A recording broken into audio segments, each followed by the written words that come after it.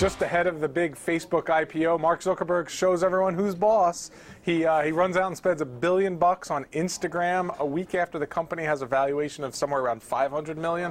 Rob, what exactly is going on at Facebook? Well, we don't really know. No one really knows. It seems like what they're doing is they're buying up a company that's growing really fast and is a potential rival to them. Because they've got this core. Well, if you think about what is Facebook, I mean, what does everyone do? Everyone posts their photos. That's what Facebook that's a big thing, is. That's what Facebook is. And Instagram is an easy way to take, few people actually use cameras anymore. Most everyone just uses their cell phone.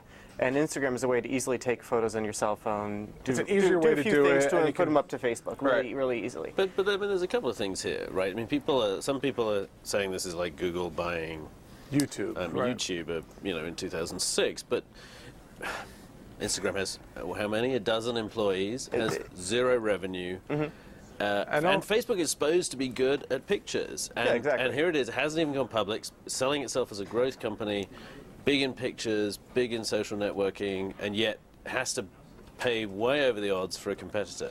Well, that's the problem. The problem is that Facebook is very, very big, but they've made themselves basically by on desktop.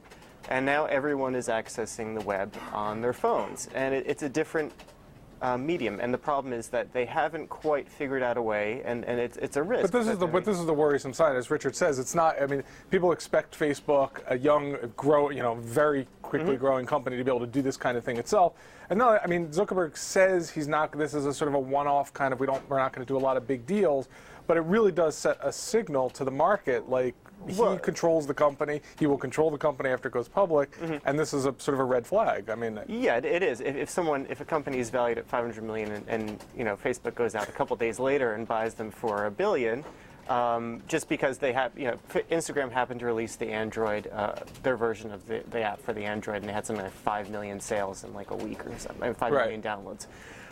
So that implies that if Facebook can't do this, what else can't they do, perhaps? Right, and I mean, you make this analogy to the YouTube thing. I mean, again, it's sort of they have zero revenue.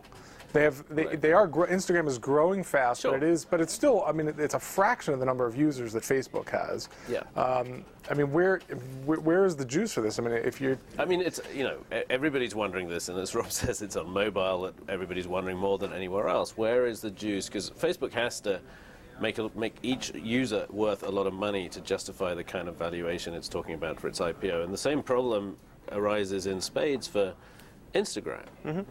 Instagram is on mobile, which is good. In one sense, you could argue that's good for Facebook to get something that's big on mobile, but it's still not making any money on mobile. Right, and presumably that's what Facebook's going to have to figure out. Anyway, we will leave it there, and we will be back with more Breaking Views tomorrow.